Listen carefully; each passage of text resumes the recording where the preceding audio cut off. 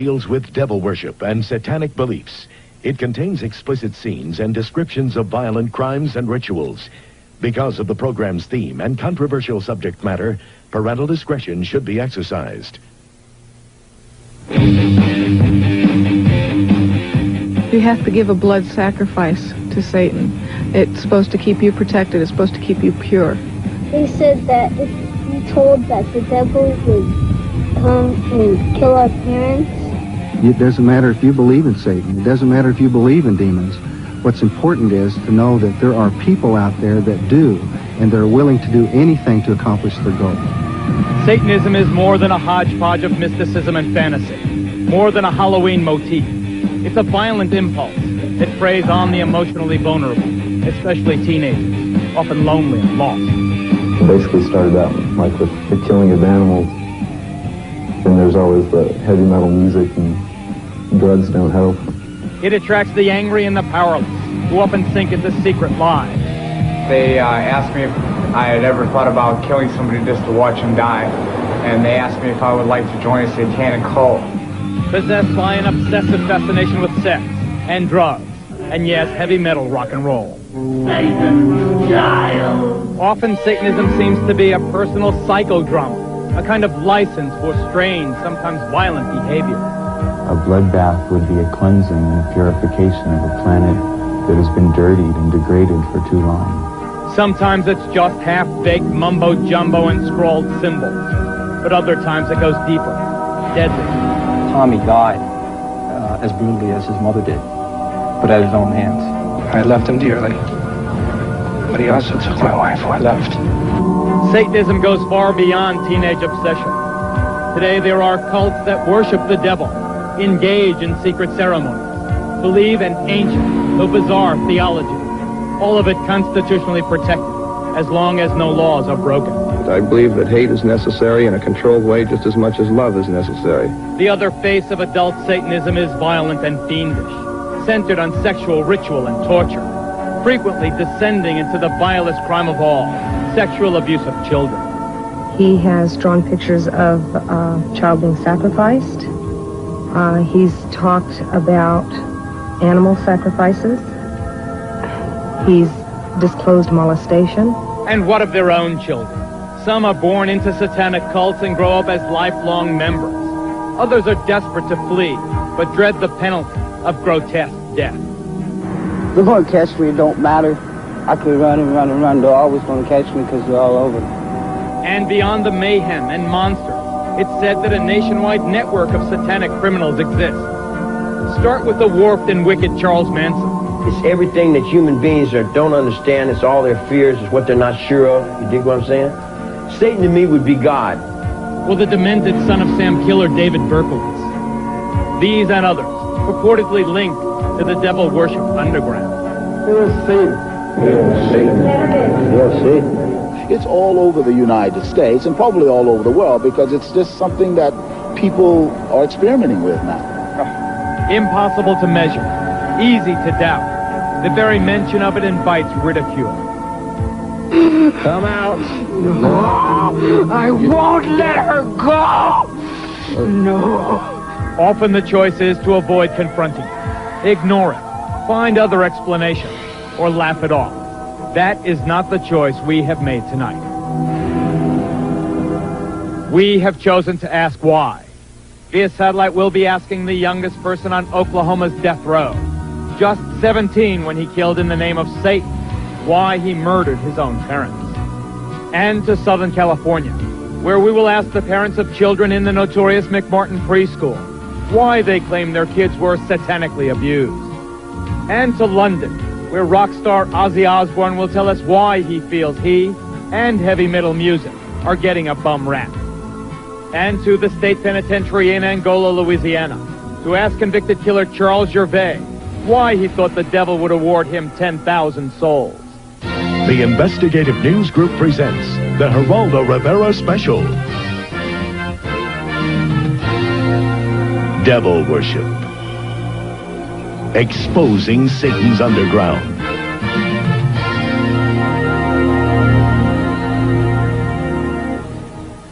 Whether a Satan exists is a matter of belief. but we are certain that Satanism exists. To some, it's a religion. To others, it's the practice of evil in the devil's name. It exists, and it's flourishing. Members of our studio audience tonight will attest to that. They are friends and foes of Satanism, devil worshippers and law enforcers, experts and victims. They'll help us understand this force that exalts evil and darkness. We'll be asking why. Why does it exist? And why does it appeal to so many vulnerable people, especially the young? Now, the very young and the impressionable should definitely not be watching this program tonight. This is not a Halloween fable. This is a real-life horror story, and it will give small children bad dreams. As for teenagers and their parents, we hope you are watching, because it's teenagers who are most likely to fall under the spell of this jumble of dark, violent emotions called Satanism, and in some cases, to be driven into committing terrible deeds.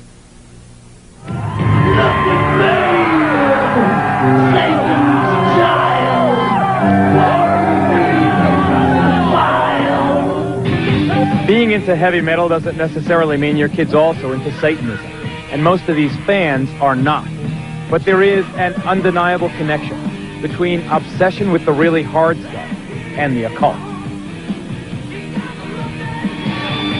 This stone pony from Kansas City is named Spike. The upside down cross is a symbol of Satan. Ozzy is a rock and roll singer, and most acid rock is involved with Satanism. Let him who hath understanding reckon the number of the beast. A heavy metal freak from Louisiana, Joe got himself into self-mutilation in Satan's name. We'd cut our arms and let the blood drip into a cup, and we'd pass it around and drink from the cup, from each other's blood. Kim from Colorado also practiced the gruesome ritual. Violence with blood, we like to see blood, and we used to eat blood and stuff like that. Drinking blood as entertainment is apparently a staple in the acts of heavy metalists like Wasp. My life became centered not only around the marijuana I was smoking and the booze I was drinking, but it became centered around Satan. Although Satanism is more obvious in the lyrics of groups like Megadeth, Slayer, Venom, and Iron Maiden, in St. Petersburg, Florida recently, satanic symbols filled the air at this concert by Danish-born King Diamond. How much can you influence kids? I think people are too clever to be influenced by watching a band or listening to an album to go out and do the same. Because if they were that easy to influence, watching the news, you get the real thing, and everybody knows that, right into your living room. Personally, I am a Satanist, a practicing Satanist, but we never tried to preach that religion to anybody. Bull. An avowed Satanist, Diamond's protest that he's not preaching is belied by lyrics laced with references to death, graves, and evil. Of course, to some, it's just rock and roll rebellion. Satan has nothing to do with this kind of a concert. It's just an outlet to have a good time. Parents think, oh, Satanism, their kids. It's killing their kids. It's not killing their kids. The parents are screwing up in the beginning. We're the next generation. And united!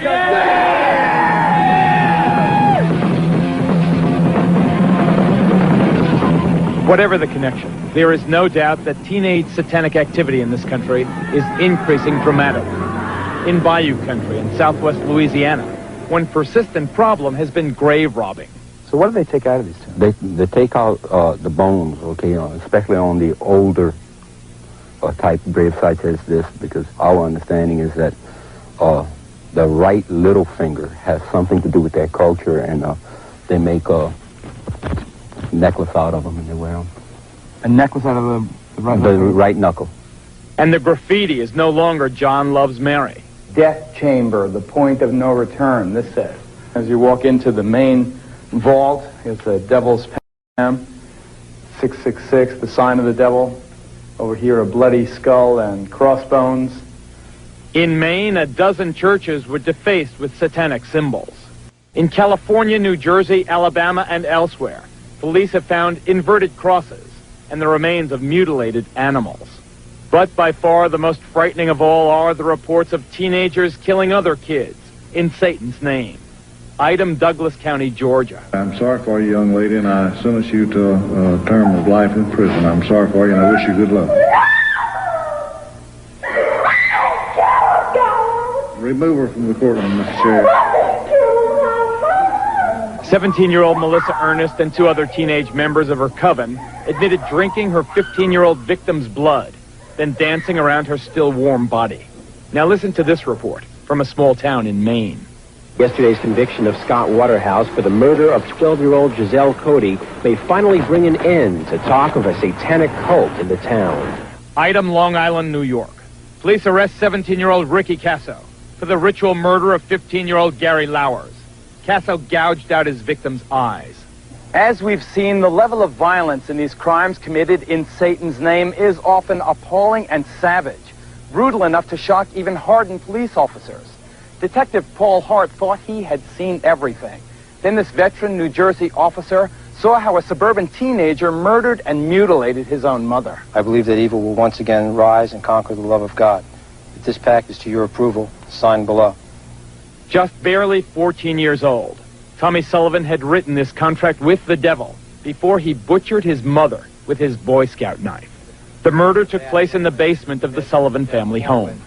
As we came down here, we found Mrs. Sullivan laying on the floor just about in this area here. Describe the condition of the body. It appeared that her throat had been cut and a good portion of her face had literally been slashed away. Tommy died as brutally as his mother did, but at his own hands. What did Tommy then manage to do to himself? What wounds did he inflict on himself to kill himself? His first self-inflicted wounds were a series of wounds to his wrists. 3, if I remember correctly, deep enough to actually sever the arteries and the tendons in his arm, enough to snap back his wrist. And after doing that, he literally slit his throat from ear to ear with this 3.5-inch knife from the windpipe all the way back to the spinal column, and to the point of almost taking his head off. Understandably unable to live with the gruesome memories in their family, Tommy's father and younger brother have moved out of state. Do you think you can ever find it in your heart to forgive your son? I don't know. I loved him dearly. But he also took my wife, who I loved. How could this happen here? To a nice boy from a good Catholic school and a fine middle-class family. Sure, he was obsessed by the symbols. This is what his room looked like on the night of the murder and suicide. But heavy metal is not answer enough. You're a veteran of Vietnam. Had you ever seen anything that brutal? Certainly in an area like this, in a town like this, in a neighborhood like this, you don't expect to see that type of violence. And it was brutal. It was brutal, and there's few of us that will forget that. Nor do you forget these drawings Tommy made just before he killed himself. But you continue to search for the reasons. What made Tommy? What made the others do it?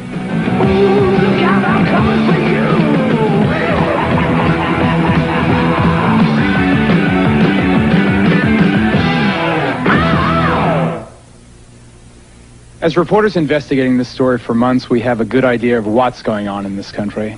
Our big question tonight is why. This is Detective Sergeant Paul Hart. Yes, stand up, Paul. He's the man, the cop who investigated the Tommy Sullivan tragedy. I've never heard of wounds that ferocious, and the pictures are even more appalling. Pictures that we did not show here. Do you think, you're not a theologian, you're a cop, do you think that Tommy was possessed? I think that possession is a state of mind, and it would have been a hell of an interview with Tommy had we located him. Certainly, like I had said before, his death was as violent as his mother's. Father LeBar, you investigate these cases for the Catholic Church. Is it the Church's position that demonic possession is possible? It certainly is. There have been many cases down through the centuries, many in our own decade, for example, of where the devil has actually possessed people and caused them to do many strange things. So you believe it's possible? I believe not only is it possible, it is a reality in some very select amount of cases. Let's go to London for a quick exchange with Ozzy Osbourne. Ozzy, I'm glad you're on the program. I'll interview you in greater detail in a couple of minutes. The one thing I have to ask you now, though, is, of course, the vast majority of your fans and the fans of heavy metal music are not Satanists. But there is no doubt, at least not in our reporting, that that heavy metal music plays a role. Every single kid whose case we know about, who committed a violent act in Satan's name, was also into heavy metal music. What's your response to that, Ozzy? Well, I don't really know. All I do is make music. You know, I don't sit down and purposely plan to freak everybody out. I mean, I always have played heavy metal music. I suppose when I was younger and I started writing songs, my world was kind of dark and dingy. You know, I came from a working class family who had nothing, no dough, no prospect of ever having much money, and so that's how I saw the world as a child. And so, well, not all my songs are about Satanism. Of course not. In fact, if you stand by, Ozzy, because I want to get to Sean Sellers, who's the youngest kid ever to go on death row in Oklahoma. Sean is a kid who murdered his mother, murdered his stepfather, murdered a convenience store clerk. What did Satanism have to do with it, Sean? What did Satan, do you feel, have to do with, first, your murder of that convenience store clerk? Satanism was, well, the murder was because it was a, how do I say this so that you can understand it? It was a sacrifice to prove allegiance to Satan, to prove my hatred towards society and everything. Well, hatred towards society is one thing, Sean, but how does Satan make you commit murder? Yeah, but Geraldo, Sean, in that particular situation, Sean Sellers... This is Tom Wedge, an expert in Satanism, who is with Sean in the Oklahoma State Penitentiary. Yeah, right. Go ahead, quickly. Sean had broken every one of the 10 commandments except thou shalt not commit murder. And after he worshipped before the altar and asked for powers from Satan, he went out to do this. Technically, it was a human sacrifice. Okay, I got to move on. You guys stand by. We'll get back to you. Stay with us, ladies and gentlemen. We're going to get into the mind of another all-American boy who came under the influence of Satanism and took part in a crime without passion or motive. He and his pals beat another classmate to death. We'll be right back.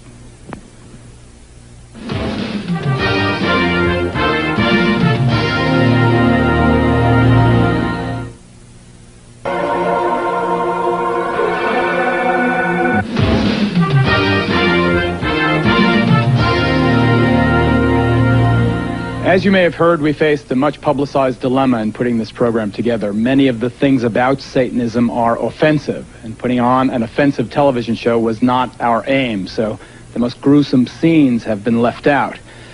Now, what we've kept is strong. We think it's strong enough to get across an effective warning. Satanism can be cause for concern. Its roots are anywhere. Its roots are even in the very heartland of this country. Take a look. Carl Junction, Missouri. A town of about 4,000 souls in the heart of the Bible Belt, where people believe in God and the devil. Periodically, satanic graffiti and some mutilated animals turn up, causing alarmists to cry that satanic cults are operating in the area. Those charges were routinely discounted until a group of students from this high school shocked the entire nation.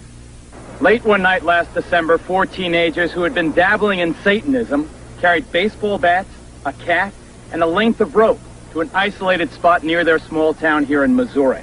By the time the night was over, the cat had been mutilated and one of the boys beaten to death by the other 3, who then dumped his body in a well. One of the kids who did it, Pete Rowland, is now serving life sentence without parole here at this maximum security facility in Fulton, Missouri. The other 2 boys, his classmates, were also sentenced to life. Have you ever been in Here in the first interview since the murder, Pete Rowland talks about the satanic elements of the crime. What was it about Satanism that attracted you? Power. Just, you know, with power comes girls, just the feeling of people looking up to you, popularity. You're a good-looking guy, smart. Wouldn't you have those things anyway?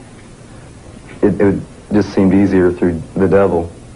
The devil was the spur for this murder, which Pete confessed on this never-before-seen police videotape. Yes. Go ahead and show us what you did. Okay. And I got him right through here, and I grabbed hold of the hand, and I pulled him through to right here. We saw the victim, and he was still moaning a little bit and going, like kind of like that. About this bat here, Pete. Okay, this is the bat that I threw. This is the third bat.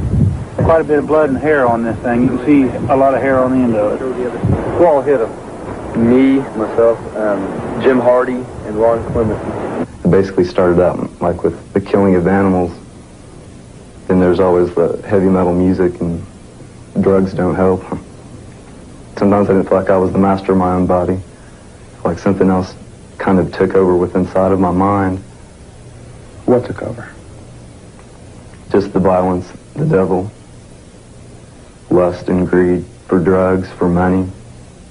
Pete gradually withdrew from family life. That is probably one of the main things I noticed.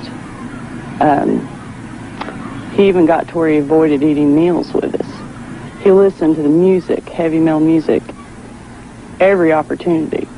Another example of the link between heavy metal and teenage satanic crime. Describe what this music did to you. It was kind of like in the way of when we killed animals, it was just like, it would just things would go through my mind, and I could see the thoughts, I could see me hurting someone, you know, torturing people, and just along with the words too. Some of it was just all hail Satan and ripping apart, severing flesh, gouging eyes, things like that, you know. And after you listen to this, you know, 3 or 4 hours a day, every day for, you know, years or months, and it can get to you. Why did you choose this guy as your victim? Why Steve? Just because he was a human. Just because we could deceive him easy. The boy deceived was 19-year-old Stephen Newberry, who then took the first of some 70 blows as his classmates swung their baseball bats. I kind of looked down and I heard a pop, and I knew what it was. And I looked up, and Steve's eyes were real big, you know. And he just said, you know, why me? Why me? And he just looked like he was really sad. And someone said, because it's fun, Steve. And then we just all just like vultures, you know. I mean, we just went in. It happened, you know. You hit him? Yes. In the head? Yes. How many times? A lot. And I look at my hands sometimes and I think, you know, are these the hands that killed him? And I mean, I know they are, but it just doesn't seem like it, you know. I don't want, you know, I would never want to kill anybody again. I mean, right after we did what we did, I felt real empty inside. I felt like I could never love again, you know. I felt like a zombie. The devil double-crossed you? Yes. It just leads to your own destruction. How do you know that now? Look where I'm at, you know, look at my sentence. I mean, I'm in jail with life without parole. I feel very guilty that I didn't pay attention, that I didn't. There were some things that I saw that I feel like I should have paid attention to. I saw the album covers, and they're hideous. I just assumed that if they sell it, it's got to be okay. I saw satanic symbols on his bookwork, and I had spoken to him about it. Didn't mean anything, you know. I assumed it was a passing phase. I had my things when I was that age. I assumed that he had his. I assumed wrong. And I would advise anybody, if they see anything like that, to look into it. Don't ignore it. It doesn't pass. It's just something I'll never get over, ever. Parents, heed the advice of Pete Rowland's mom. Pay attention. Satanism is not a harmless fad or a passing phase in some of these kids' lives. Ozzy? Yeah? I know that your lyrics are less excessive than groups like Slayer or Venom or Iron Maiden or some of the others, but still, for some reason, maybe it's because you've been around for so long, I see tattoos of your name on some of these, teenage devil worshippers' arms. Wherever I see devil graffiti and satanic graffiti, I see your name also. Do you feel a sense of responsibility, Oz? The only responsibility I feel is the fact that I'm a true musician of what I play. I don't want to make anybody start doing all this devil worship crap, because that's not my intention. Although I have sung on a few songs about the devil, you know, that's about it. You know, I don't want anyone to harm themselves. What about the issue of responsibility? What about the whole thing about guilt? Do you feel responsible? I don't feel guilty. I feel kind of persecuted by everybody because I'm not a bad guy. My intentions are not to harm anyone. In fact, it's directly the opposite. Like when people come to my concerts, I want them to have a good, fun evening out, you know. And it seems to me that a lot of people judge the book by the cover more so, and they write things about me where they don't even know what they're talking about, you know. Well, there are lots of people out there, lots of people here in our studio audience who have a very different point of view. We'll get to them coming up next. A look into the dark soul of Satanism. Stay with us.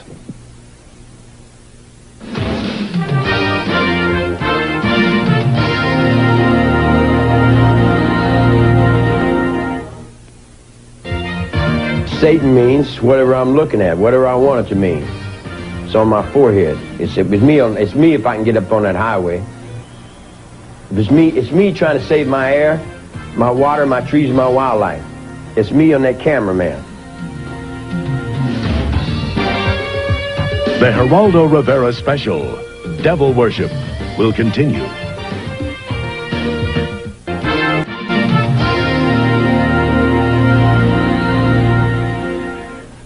Once again, a warning about some tough language and descriptions in a report that we'll have for you in just a moment. Let me introduce you first, though, to Zena LeVay.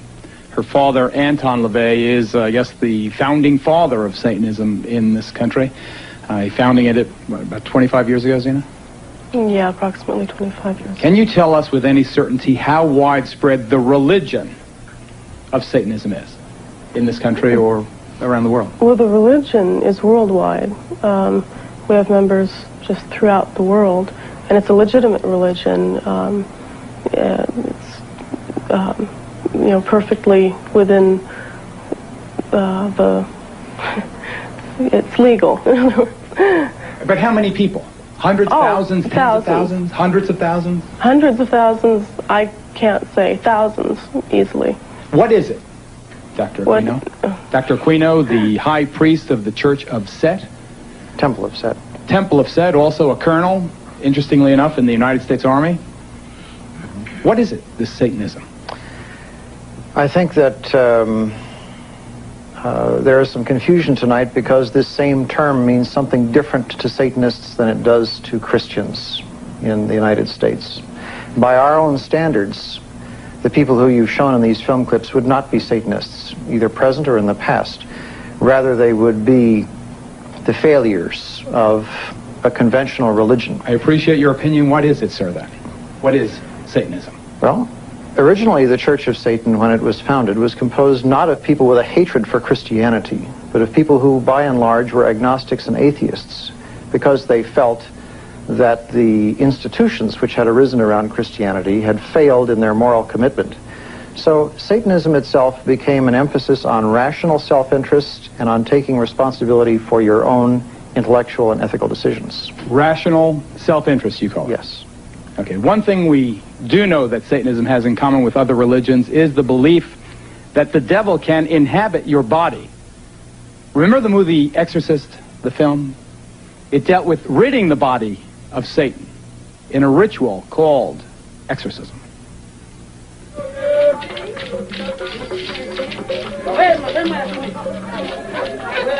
As we discovered in the heart of the Haitian section of Brooklyn, New York, exorcism is more than just a scene in a movie. It's a common aspect of some people's religious beliefs. Operating out of the back room of this religious curio shop, a voodoo priest regularly performs exorcisms. This one on a woman whose persistent stomach pains were thought to be caused by the devil inside her. I know you've been possessed by the devil for so many years. He been bother you. But today you come to me, and I'm going to let him know he cannot bother you again. With the help of several assistants, and accompanied by throbbing traditional music, the priest's incantations built to a crescendo. Then, in a moment of almost sexual release, the devil was purged from the patient. That you can inject. That you can take all the malady, all the sickness away from you. In every way, Southern California is a very long way from the heart of Brooklyn. But at the church of a preacher named Roy Masters, exorcisms of the devil appear just as sincere, far out, and dramatic. With a background in show business rather than theology, Masters claims the members of his congregation react so profoundly to the laying on of the cross because they feel and fear themselves possessed by the devil. Come out. No, I won't let her go. No. Devil worship is as old as religion itself. It's the grim alternative, the flip side of life. Evil over good, dark over light, Satan over God himself. Come forth and bestow these blessings of hell upon us. Forced underground by the religious hysteria of the Middle Ages, Satanism was resurrected, first by an Englishman named Aleister Crowley in the early 20th century. It entered its modern era in this country just about 25 years ago, under the theatrical guidance of Anton LaVey, California-based high priest of present-day devil worship. LaVey founded the Church of Satan. Now, despite its preachings of evil and hate, the church and its offshoots are constitutionally protected religions. I believe that hate is necessary in a controlled way just as much as love is necessary. LaVey penned the best-selling Satanic Bible. It's the handbook of devil worshippers everywhere. And for a time, he was considered chic enough to attract the attention of Hollywood. After working together on a film, LaVey made Sammy Davis Jr. an honorary member, while the late Jane Mansfield was for a time among LaVey's most passionate followers. Most of the people that are in my group are professional people, they're business people, they're people that are from very responsible walks of life. Contemporary Satanism relies heavily on bizarre and sometimes bloody ceremonies. One of the ugliest, yet apparently most common rituals in devil worship is the sacrifice of animals, often involving the removal of organs and the draining of their blood in elaborate ceremonies. Well, a series of cattle mutilations on this Louisiana farm has sent the shiver of fear through this entire community. Show me the evidence that this was some kind of ritual. Oh, this hole right here and the tail, they cut the tail off. The same thing with the ears. They cut the ears off. Right. So you two have no doubt that your animals were used in some kind of ritual. Right. Yes. All the blood was gone out of them, too. Every one of them, the blood was drained. No blood, no insides, eyes pulled out, everything. I'm begging for something to be done. I'm scared. In response to the animal mutilations and other mysterious and unsolved crimes in this area, the local fundamentalist church held an extraordinary service. There's been a lot of questions about, are there any witchcraft, occultism, Satan worshipers in the area? And the answer is obviously yes. The only way to deal with Satan, which is spirit, is by way of spirit. The preacher asked his flock to protect themselves with their faith, but some chose a more down-to-earth method. Brother Blunt, I believe in the Lord, and I believe in you, but I'm still going to carry my gun because I'm scared. In our investigation, we discovered that some of Satan's soldiers are also high-ranking officers in the United States military. Here at San Francisco's Presidio Army Base, for example, Lieutenant Colonel Michael Aquino led a double life as a satanic high priest. The colonel's cult is listed in the San Francisco telephone book, and his phone answering machine boasts of his affiliation. This is the Temple of Set. The temple is the only international satanic religious institution fully recognized by the United States government. Indeed, the Army does officially recognize Satanism as a legitimate religion and supplies chaplains with this guide for ministering to the satanic soldier. Yet unofficially, some charge that Army bases have become sanctuaries for devil worshippers. Just last month, under a full moon, I took a midnight tour of the Presidio grounds with police investigator Ed Abanofsky.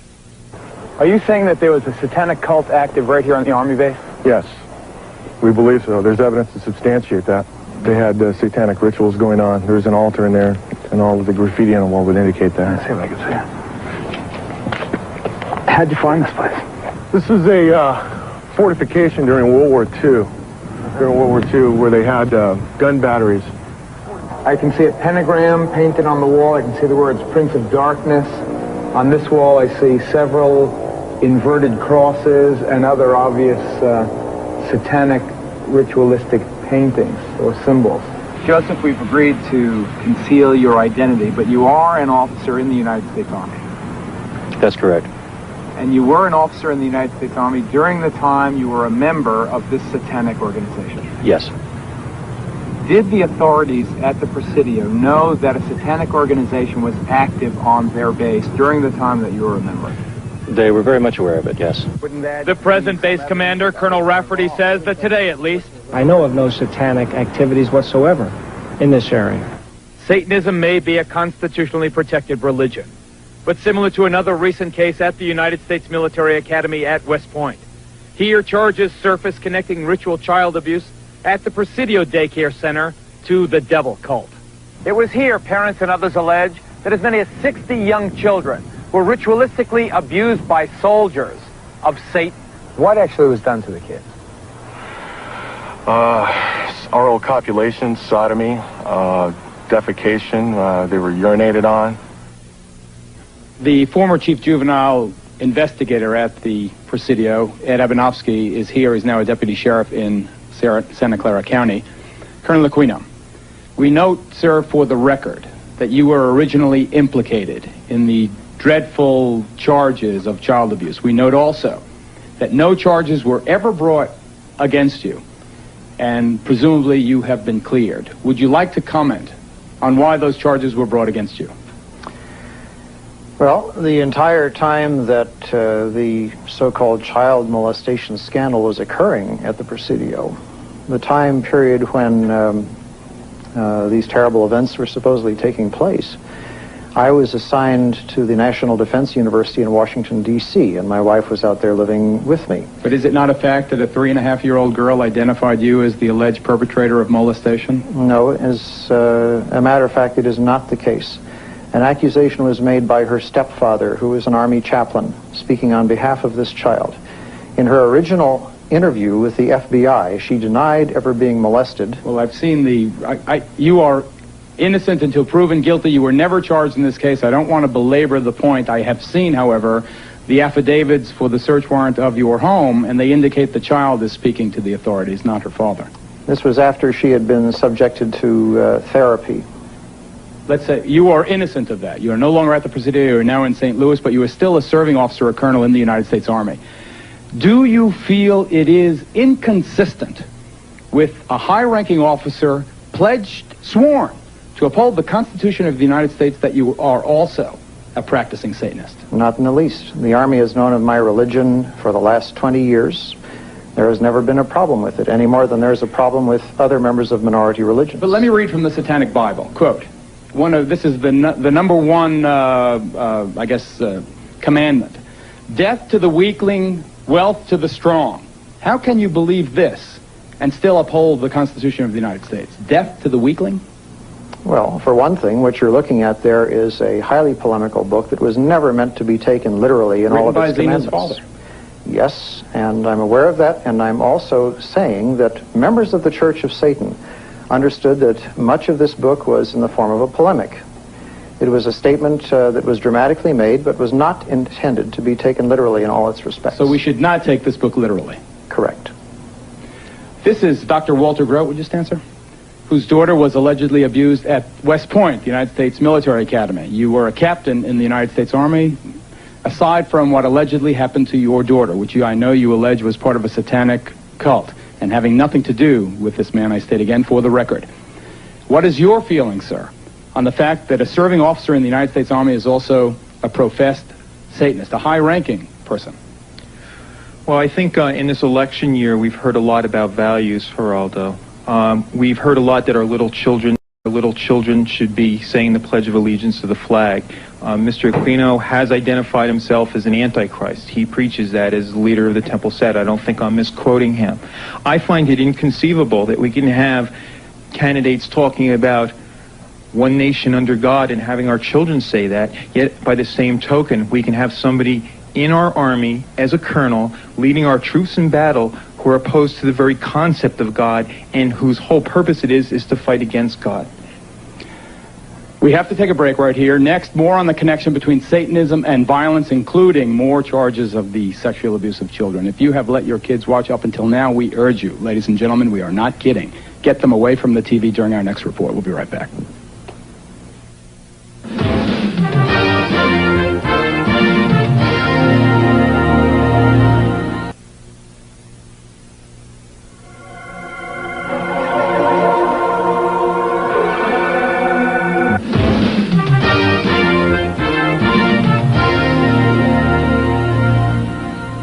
Once again, parents, we urge you to heed our strongest warning about this next report on the abuse of children, the alleged abuse of children, because if the point of devil worship is evil, what could be more evil than this? That's the baby right there. Right here? Uh-huh, it came out of her already. What'd they do to the baby? Then David took it and kept throwing it against the wall, and he killed it, and he took it in the house. No, you saw that? Yeah. These are pictures that can chill a parent's soul. They're a symptom that something dreadful, unspeakable has happened to the child. In this case, it's an 8-year-old boy from Grenada, Mississippi. They took us in an old caboose. And they had these things they called Spains. Spains? Yes, Spains. They stuck it up my butt. Who stuck it? David. Your dad? Uh-huh. Ow, did it hurt. 2 doctors have provided medical evidence that from a very early age, this boy has been repeatedly abused. His mother goes further. She claims the sexual abuse happened as part of a satanic ritual. Do you allege your husband was part of a satanic cult? I allege that he was the high priest of a satanic cult. David, the boy's father, has never been formally charged. He's now in hiding. Now, incest is certainly not new, but apparently more and more of it is taking on the dark overtones of Satan. She talked about there being a Satan, and she said she talked about there being boys that had hurt her. Listen to what this 5-year-old girl from Orange County, California, told her mother her father did to her. Daddy was heading the meeting, and he wore a real-life baby foot around his neck. She says they each drank the blood, and then they all hurt me. Said, how did they hurt you? She spread her legs and pointed to their crotch and says, right here. And it gets worse. According to his family, this severely traumatized 10-year-old boy, also from Southern California, was allegedly molested by a trusted neighborhood minister as part of an ongoing satanic cult. Jimmy talks about having a gun held to his head, about being shown a skeleton, about having to touch the skeleton. He has drawn pictures of a child being sacrificed. He's talked about animal sacrifices. He's disclosed molestation. In the very places created to care for children, in nurseries and daycare centers across the nation, there are increasing reports of ritual sexual abuse. The children of McMartin are still filled with lurid stories of their awful experience there. What did they say the devil would do to you? They said that if we told that the devil would come and kill our parents, and he said that we wouldn't live to be the age 9. What were they doing to you? Molesting me. What does that mean? What does molesting you mean? Touching us in places we don't want. And then they would, threaten us, oh, you don't say a word, else we're going to come to your house and kill everybody except for you, and we're going to send you to the devil and everything. And they would scare us really much. No region in this country is beyond the reach of the devil worshippers. Even here in the heartland of America, stories of ritual abuse crop up. The children you're about to meet were born into it. They say their parents forced them to witness bloody rituals, and even they say to participate in ritual murder. Now in the safe haven of a concerned foster family, the children are haunted by their personal nightmares. My dad was involved in a lot of it. Okay, he's like one of the main guys. He's a leader or something. He made us have sex with him and with other guys, and he's done it with other people. I don't know. I just don't like him. Tell us what else besides having sex with him and the other guys that made you do. kill kids and be there and involved in everything else that happened. And I had to be there. And if I didn't, he threatened me like, you're going to be killed, or people aren't going to believe you if you tell anybody. Or I'll find you, you know. So he said there's no way out and you must do it. We found out she had been defecated on, that it was smeared all over her body and put in her mouth. My children have talked about all of those things and worse. They've talked about having to kill other children. Well, she told me about the time from as we think was about year and a half, 2 years old, when this was the Satanic cult that she was involved with. And she was made to take a gun and put it up to someone's head. It was another child, and pull the trigger. One of the greatest difficulties in reporting a story like this one is that so much of it sounds so outrageous, too dreadful, too bizarre to be true. Well, here in Nebraska and elsewhere across this nation, concerned citizens have gotten together to defeat that disbelief. This organization is called Believe the Children. Its guiding principle, that the stories these young victims are telling are too widespread, too consistent not to be true. The stories are so outrageous, and I am such an honest person, I assumed everybody would believe me. And to this day, I'll get in the middle of a story and I'll think, they're going to think I'm crazy. This sounds crazy. But when you begin to hear this same thing time and again, different stories, but the same horrible underlying things, the same behaviors in the kids, I just want to scream. I'm a stranger. I come up to you and you tell me this story and I say, I don't believe you. How do you react? What do you do? I just say, well, that's your right not to believe it. But someday, if you see something or you hear something from somebody else, just remember what you heard from me. If we were lying, I don't think we would come up with such good lies. Are you telling us the truth? If this isn't true, I mean, you can do anything you want with me, but it's true. So sad. Let's go now to the McMartin preschool parents who have gathered for us in Los Angeles. You recall that case, notorious case. I must state for the record, however, that the charges against most of the defendants have been dropped. Charges are still pending against 2 of them, however. We know that the parents and the children allege child abuse. What is much less known is that they say it was ritual abuse as part of a satanic cult. Whoever is the designated spokesman there, please tell us why you believe this was part of a ritual cult, abuse as part of a satanic cult. Well, the easiest reason to that question, Geraldo, is the fact when the children started talking, they started talking about robes and candles. They described an Episcopal church. And once they started narrowing that down, you could see that it had to be satanic. It's very important in satanic religions to have a priest because they truly do believe in power.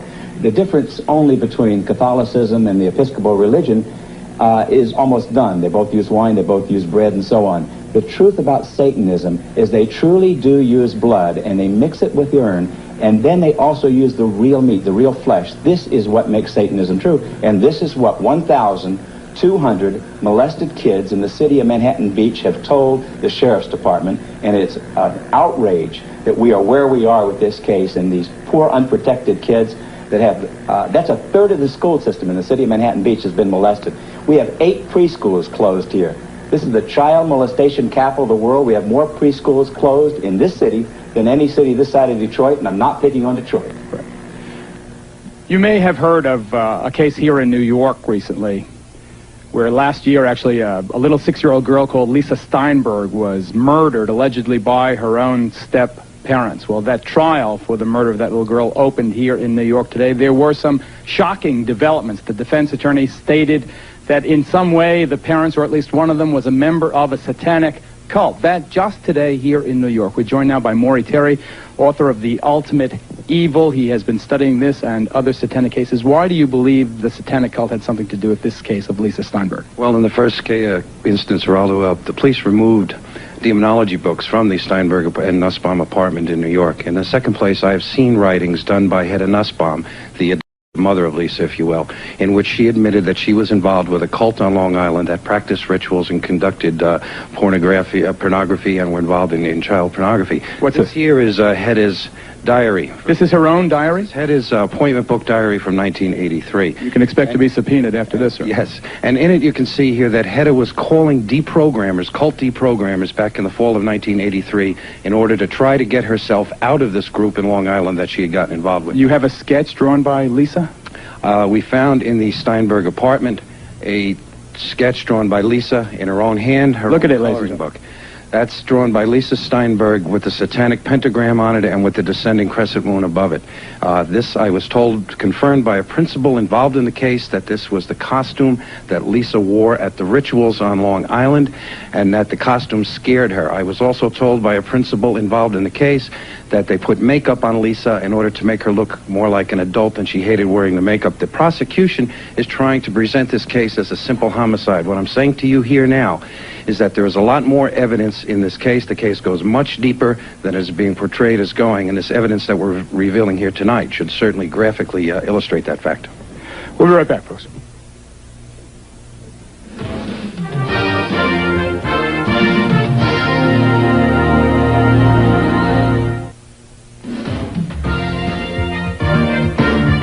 Berkowitz, Lucas, Ramirez, and Manson are the all-stars in the halls of infamy. But the vast majority of these ritual murders are not the work of the celebrated psychopaths. There are literally hundreds of cases most of us have never heard of. The Geraldo Rivera special, Devil Worship, will continue.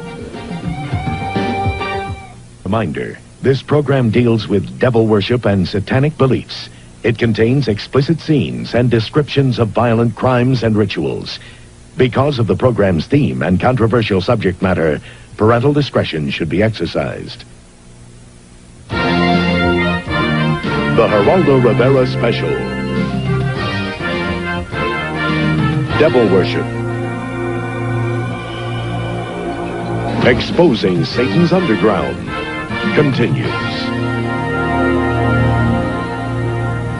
Welcome back. The subject is Satanism, and I've been asked repeatedly where the idea to do it came from. Well, it goes back to someone that I interviewed for our special last spring on murder and the frightening fascination verging on adoration that so many people felt for this person. A murderer who would have us believe that he is the incarnation of the devil. Here's Charles Manson. Okay, I killed everybody since day one. I've murdered them all. I'm God and I've killed everybody. Or the devil. Oh, the devil, yeah, you could use the word devil or demons or whatever you want to call it. Mostly the devil in your world, eh? Well, okay, I'll play.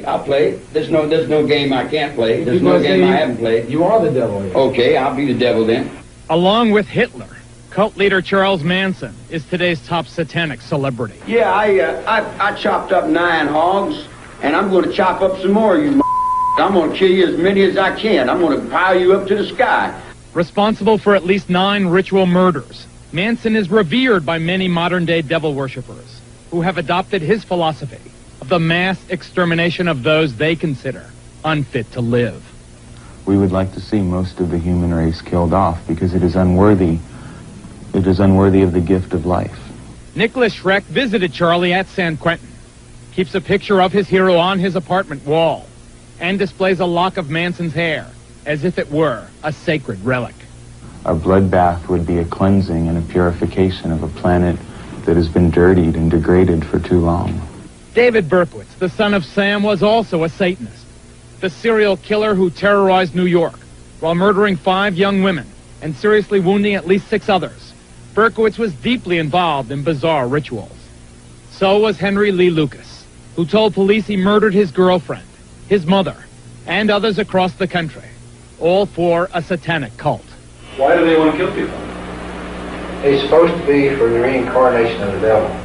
And when a series of ritualistic rapes and murders hit Southern California, it should have come as no surprise that Richard Ramirez, the alleged Night Stalker, worshipped the devil.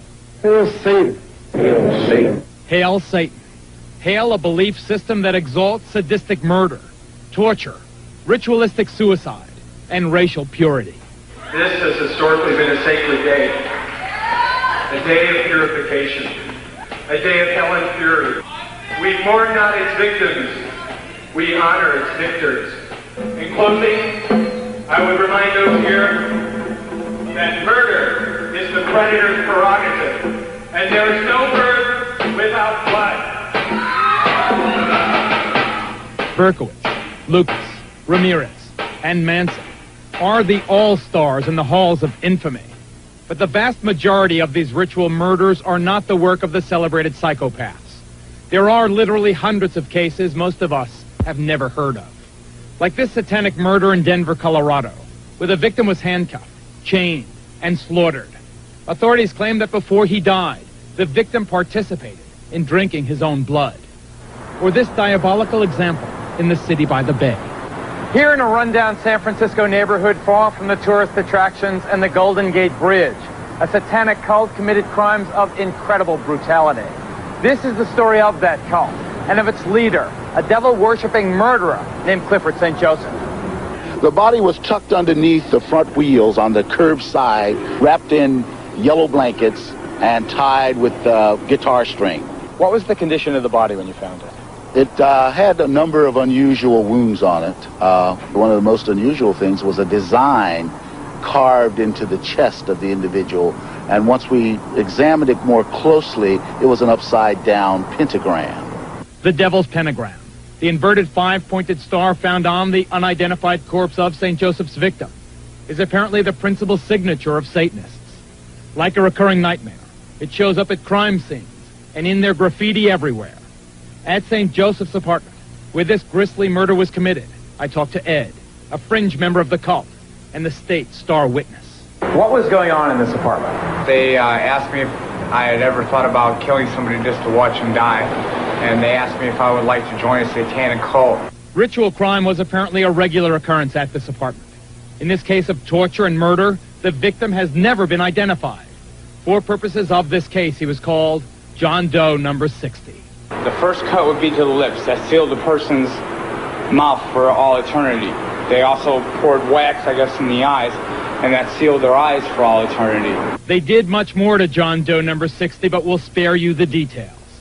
Caught and convicted of murder, kidnapping, and ritual abuse, St. Joseph and another cult member are currently serving long prison sentences. Ed remains free, although he claims only to have been a reluctant participant in the murder of John Doe 60. He does admit bringing a teenager here to be chained up and ritualistically abused. How can you say you have no guilt when you bring a 17-year-old kid in here, you help shackle him to a radiator, and then participate in his torture and sexual abuse? Well, I never participated in torture, and no torture was allowed of him. You were having sex with a kid who's chained up. What are you talking about? Well, Ricky, first of all, likes that type of sex. What was going on here is a nightmare. Yes, it is. Yes, it is a nightmare. Are there devil worshippers, are there murderers involved in this particular case still at large? In this particular case, yes. We do know we have one person identified, other man identified who was present during this particular homicide. Do you think that this ritualistic stuff is spreading? It's all over the United States and probably all over the world because it's just something that people are experimenting with now. Satan means whatever I'm looking at, whatever I want it to mean. It's on my forehead. It's me if I can get up on that highway. It's everything that human beings don't understand. It's all their fears. It's what they're not sure of. You dig what I'm saying? Satan to me would be God. That man is so repugnant. All of these satanic murderers are. The acts that they have been convicted of committing are so horrible that the question could fairly be raised again, why are we doing this broadcast? We are doing it, ladies and gentlemen, because it's our feeling that these cases are too often overlooked, too often underreported. We think that there is a widespread problem here that you deserve, that you need to know about. Joining us right now via satellite, we have another convicted satanic murderer. His name is Charles Gervais. He is currently serving a life sentence in Angola Penitentiary in Louisiana. Mr. Gervais, why, in Satan's name, did you hammer and strangled to death an innocent person. Did you really think, sir, that they were going to give you 10,000 souls, this devil? Well, Raldo, I can't talk about my case. Get to the point about Satanism, Charlie. Okay. There's a lot of confusion in it, and it's mostly people that really don't understand. Listen, what about this 10,000 souls, Buster? That's what I want to know about. Well, that's what I've got into Satanism for. Why? Why? Because it possessed power. Where were you going to get this power? Where were you going to use this power? In hell. In hell. You're going to kill a person on earth to get the power of 10,000 souls in hell? Are you sick? Nope. Why aren't you condemned to die? Why aren't I? Yeah. Did you use Satanism as a defense? Yes. Ted Gunderson, FBI veteran, former head of the regional office in Los Angeles. Is there a network of these satanic murderers in this country, do you allege? I cannot say that there's a network of satanic murderers. I can say that based on information furnished to me by confidential sources and informants, based on interviews with dozens of survivors from the satanic operations through the years, satanic beliefs, etc., I can say that there is a network of these people across the country who are very active. They have their own rest and relaxation farm. They are in contact with each other. It ties in loosely to the drug operation, ties into motorcycle gangs, and it goes on and on. They have their own people who are specialized in surveillances and photography and in assassinations. After this commercial break, we're going to have the anatomy of a satanic crime, showing you why law enforcement has had such a difficult time coming to grips with the strange, shadowy world of satanic crime. Stay with us.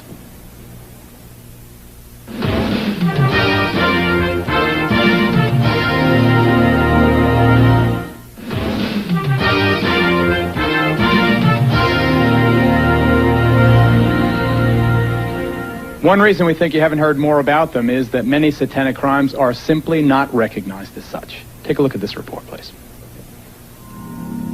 These ritualistic crimes are everywhere, and yet in most communities they are either overlooked or underreported. There's an example going on right now here in Kansas City that tells us why.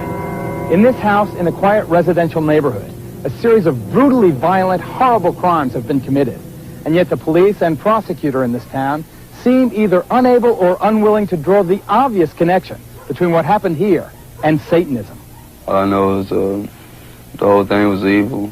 This 22-year-old, call him Jay, escaped from the House of Horrors wearing only a dog collar.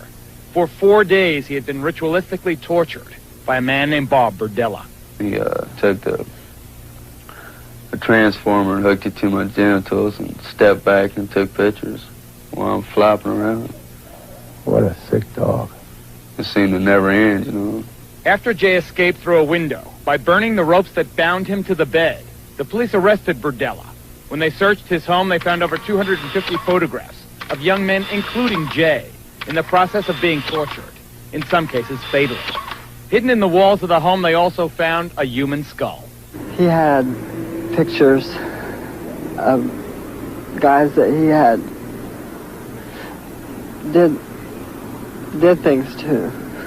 Kids tied up and with marks on them and things. Apparently, Burdella would pick up young men, usually hustlers like Joe. Many of them runaways who cluster in Kansas City's Strip. I need $25 so you For a small amount of money, these kids go anywhere to do anything with anyone. Unfortunately, some went home with Burdella, whose involvement with devil worship was easily apparent. There was, for example, a satanic symbol on the outside wall of his house. His business card seemed straight from hell, and he ran this macabre shop of horrors, possibly stocking it with his own unique hobby.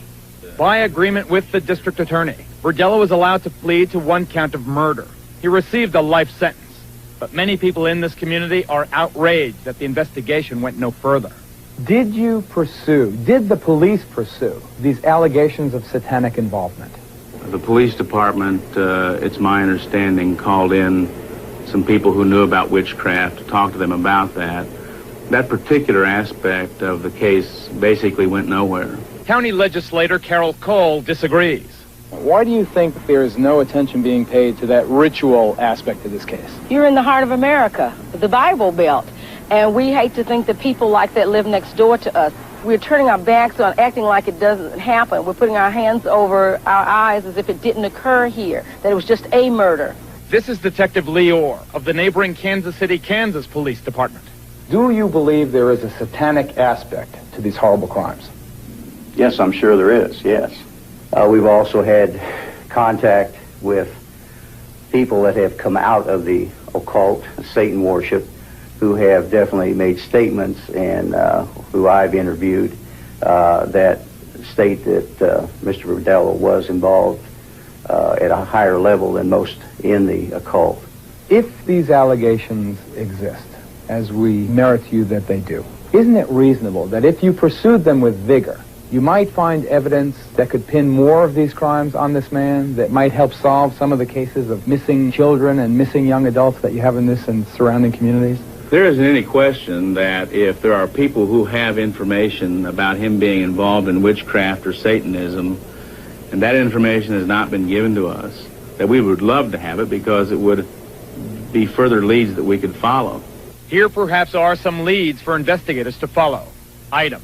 Police reports obtained by us show local authorities have long been aware that devil worshippers were conducting large-scale ceremonies in the Kansas City area.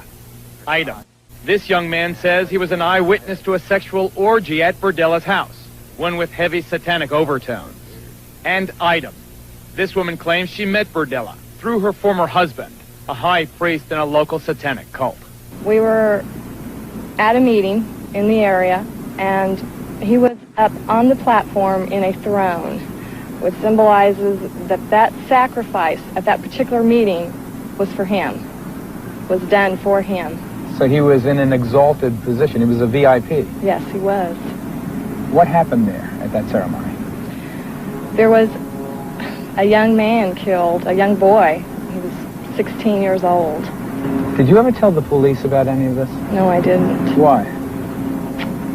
People don't believe you when you talk about these things. People just do not believe these things happen. Remember, aside from the torture and sodomy of Jay, who escaped, Burdella has pled guilty to just one murder, a runaway whose skull was found inside his house. A second murder charge is pending. Yet police sources tell us Burdella is suspected in at least 7 homicides. When they excavated his backyard, they found remains of 3 people. Paul Howell believes his missing 19-year-old son was among them. They found a head right up here, I believe. A skull? A skull right up in this area somewhere. It is one thing for law enforcement to be uninformed.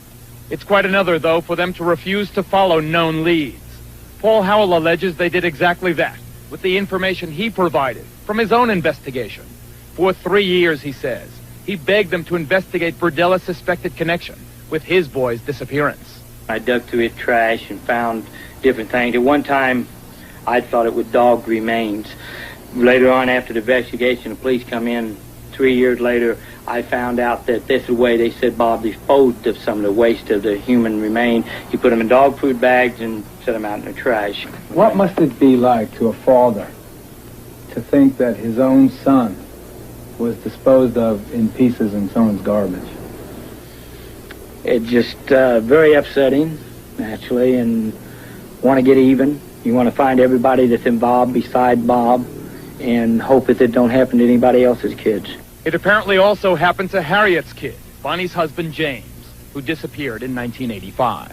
When James first disappeared even, we begged him to do something to go in Burdella's house to get a search warrant for any reason to try to find my son in there, because it had been told to us that he was possibly chained up in the house in there.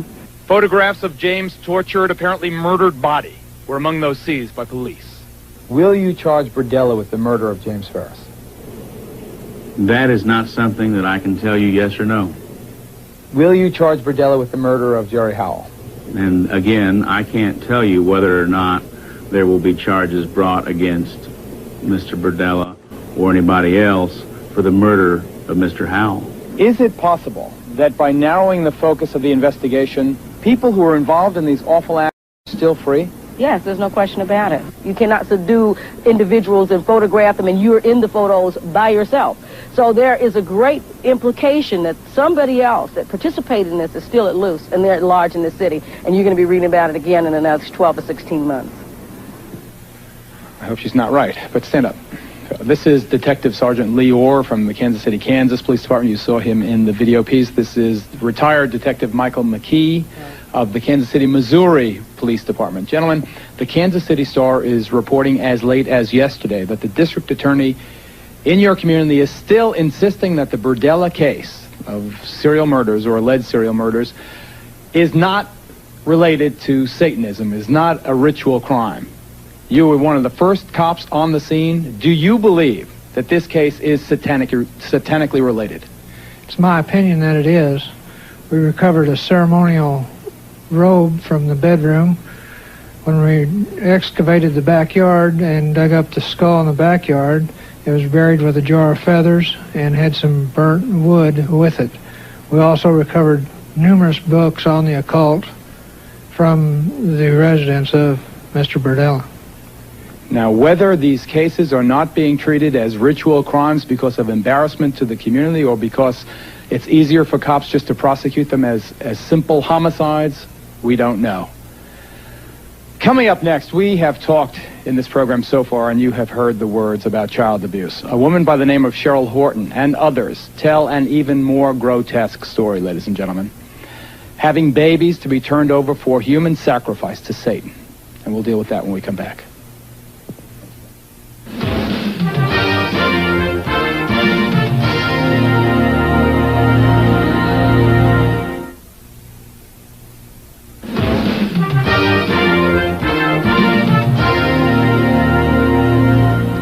I think sometimes that, ironically, on television, when you give a disclaimer, it has exactly the opposite to the intended effect, and more people tune in than tune out. I'm going to say this as straight as I possibly can. I am begging you, if you're a parent and you've got kids there, that this subject is just too upsetting for your young children. Please get them out of the room or change the station. We urge you to exercise parental discretion. It has been established, as you have already seen on this program, in courts of law now, that human sacrifice is sometimes an element in rituals performed by people calling themselves Satanists. There is no longer any doubt about that, though just how often it actually is done is obviously impossible to know. The ideal sacrifice, we are told, apparently requires babies. And there are those people in satanic sex, including mothers who have belonged, who tell of babies being bred for sacrifice. Take a look, please. Read what they do, Guy. They use blood in their rituals, and the blood that has the most power is baby's blood. In the classic horror film Rosemary's Baby, Mia Farrow is drawn into the clutches of a satanic cult and is married to the devil. This is no dream. This is really happening. She conceives the Antichrist, providing the group with a living symbol of Satan to be worshipped and adored. God is dead! Satan lives! As sickening and unbelievable as it sounds, bearing children for use in satanic rituals may really be happening. My daughter, who I named Wendy, was sacrificed at birth with an upside-down cross and then taken outside and buried. My son, they kept and let live till 2 years old, and then he was sacrificed. Michael and I had a son, and he was dedicated to Satan at birth, and at 6 months of age, he was sacrificed to Satan.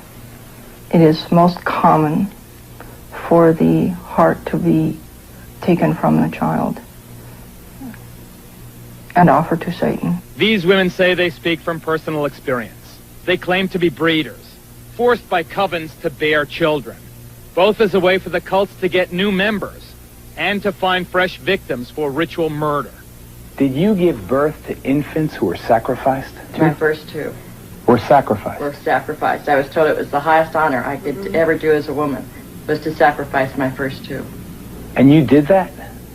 I was so brainwashed, I believed their philosophy. Jackie tells us she was able to escape her satanic cult. Today she helps other women, like Donna, who are trying to break free. You killed your babies? Take the skin off. You skin the baby? You take the baby's skin off? Do you feel remorse? Have you told the police?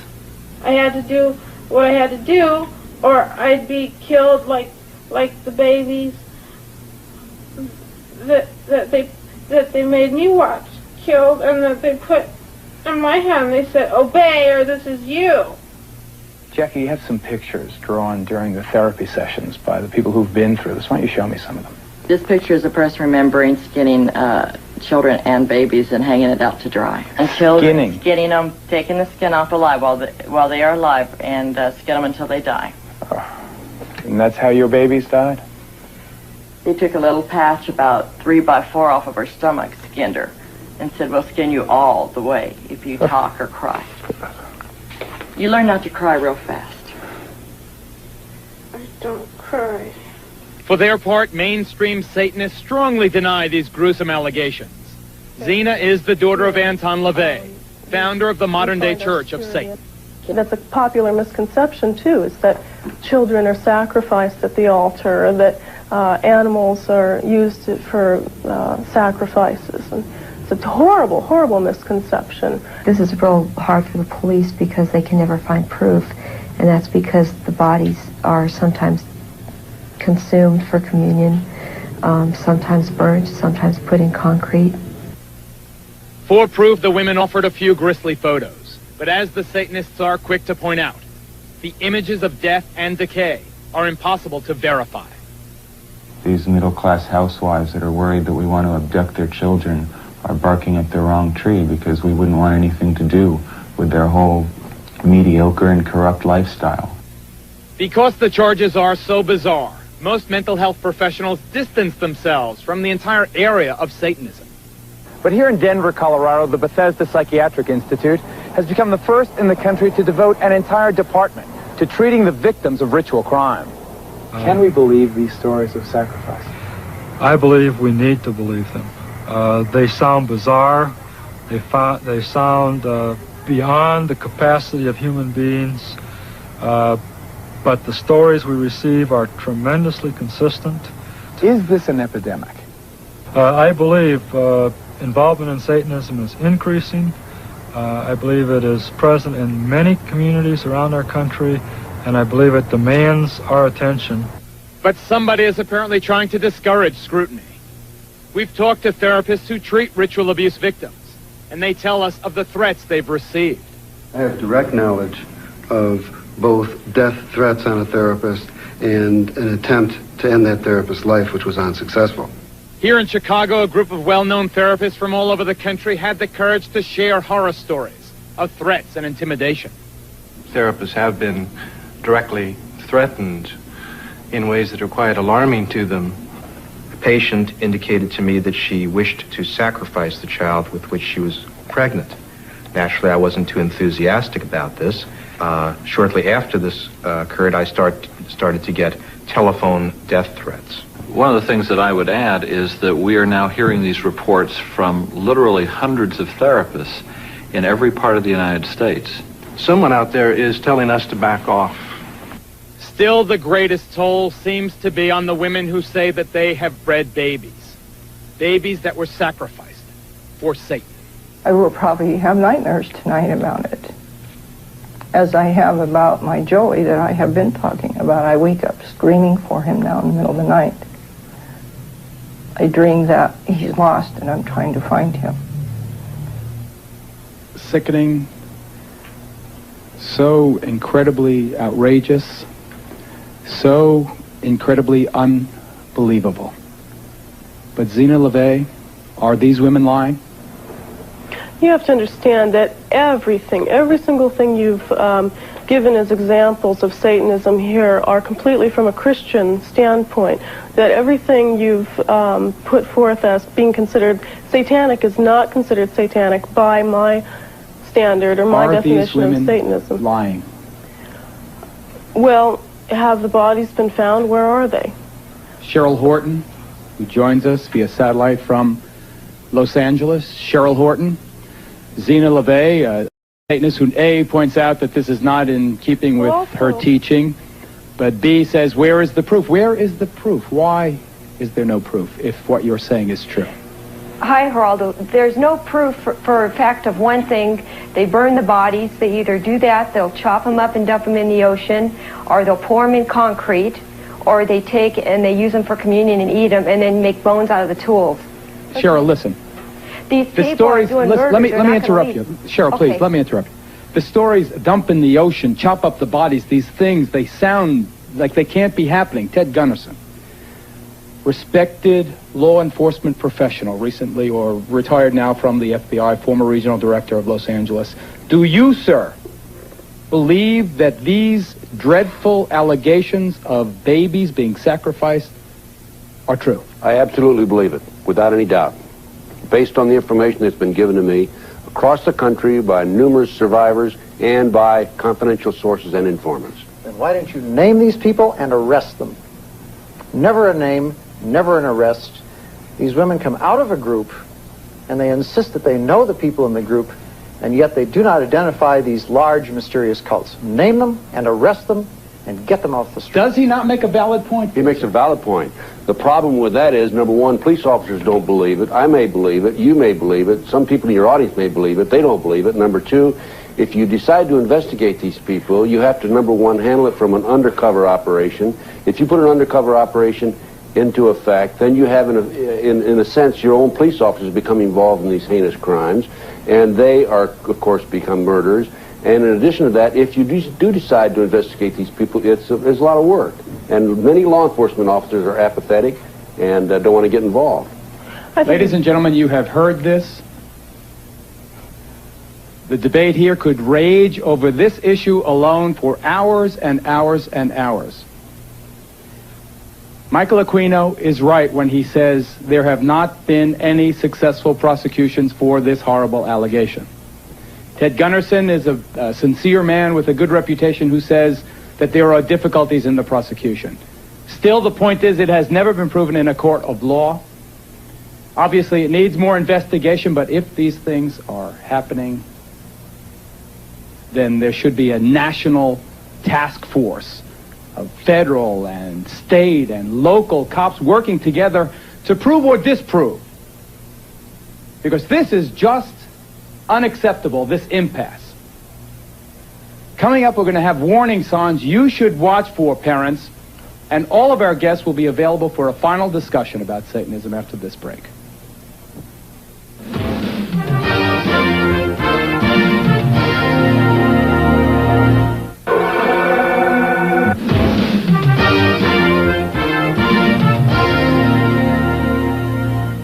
Father LeBar, from the point of view of the Catholic Church, is this something Catholic parents, and I'm not singling out the Roman Catholic faith, obviously this affects children of all races, colors, creeds, religions. It seems particularly strong, as you've seen over the course of the last 2 hours, to be very strong in the so-called Bible Belt among fundamentalist Christians. But from the point of view of the Roman Catholic Church, is this something for parents to be concerned about?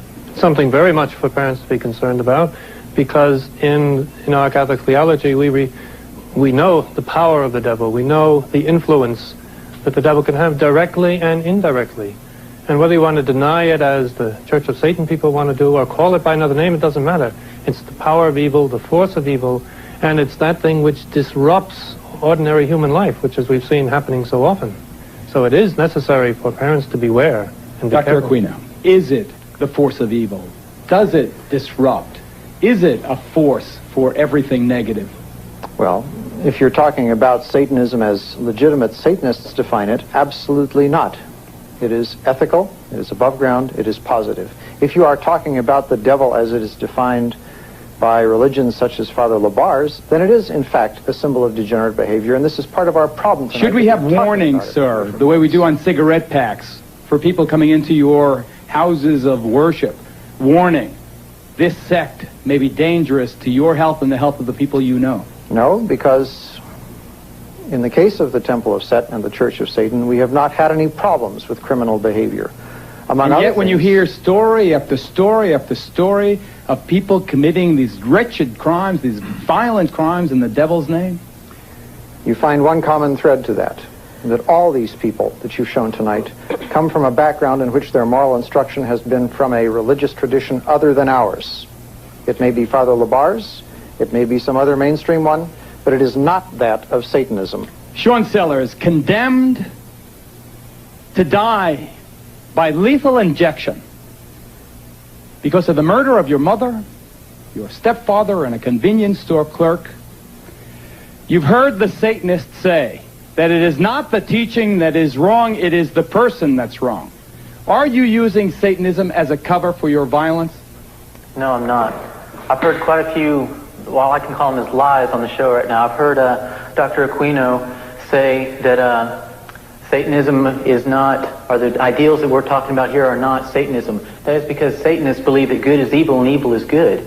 And so, of course, they're not the ideals that he believes in. He believes that evil is good. That is what I believed in. I heard him say that the Satanic Bible is not to be taken literally. But I talked to a 16-year-old boy yesterday who takes the Satanic Bible literally. I've been working with a lot of ministries around the United States trying to get and help people get out of the occult. He takes the Satanic Bible literally. I took it literally. A lot of people are taking the Satanic Bible literally. And I heard Anton LaVey's daughter say that these babies who are being sacrificed, that's not Satanism. Or she wouldn't answer to saying that it was. The fact of the matter is that kids are abducted, teenagers are drawn into the occult, and a lot of them are being used for occult sacrifices. And there's been so much on the show that you've shown so much pain and blood and all this other gore and stuff, but you really haven't shown how to get out of the occult for those who want to get out. There is, let me tell you a story about a friend of mine. Tell it briefly, Sean. Go ahead. Just give me 1.5 minutes. Go ahead. Her name is, anyway, she works with the Watch Network in Texas, and she told me that a lady called her and said, my daughter's involved in Satanism and I want her to get out, but I don't want her to become some kind of Jesus freak or anything like that. Sue told her, I'm sorry, I can't help you. A month later, the girl was living with her aunt and uncle because her mother was in an insane asylum and she was threatening to kill her aunt and uncle. What's your point, Sean? She destroyed 3 lives, her mother's, herself, and her aunt and uncle's, because she didn't want her mother didn't want her to become a Jesus freak. I want to tell you right now, there is no other way out of Satanism except through Jesus Christ. Do you believe in the devil to this day?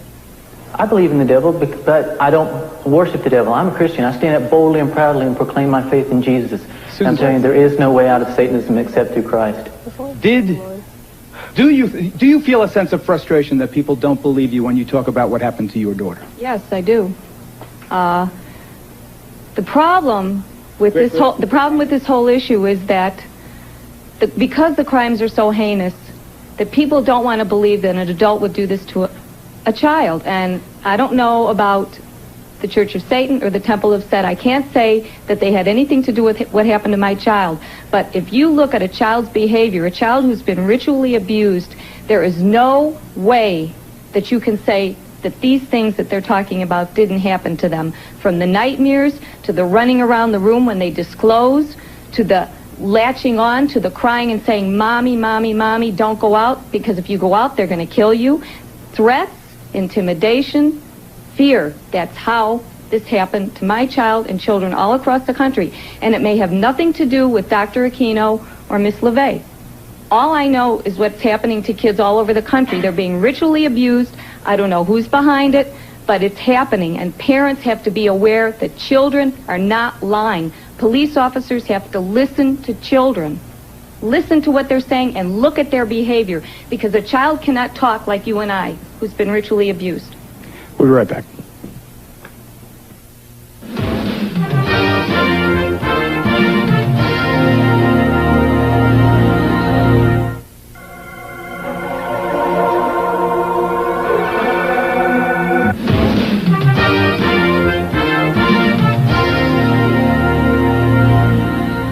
All of us know that life is not safe. Every day we face the possibility of crime and disease and accidents and disasters. So here comes Satanism, which most of us would like to write off as harmless antics by some lunatic fringe. A few years ago maybe, but not now. We have seen that Satanism can be linked to dope and to pornography, child abuse, and to murder. It has led seemingly normal teenagers into monstrous behavior. They preach mysticism. Other people, however, practice evil. And that is why we brought you this report tonight. I'd like to thank all of our guests, especially those we did not have a chance to get to. I'm Geraldo Rivera, ladies and gentlemen. Thank you very much for watching. We'll see you next time. Good night. I wish I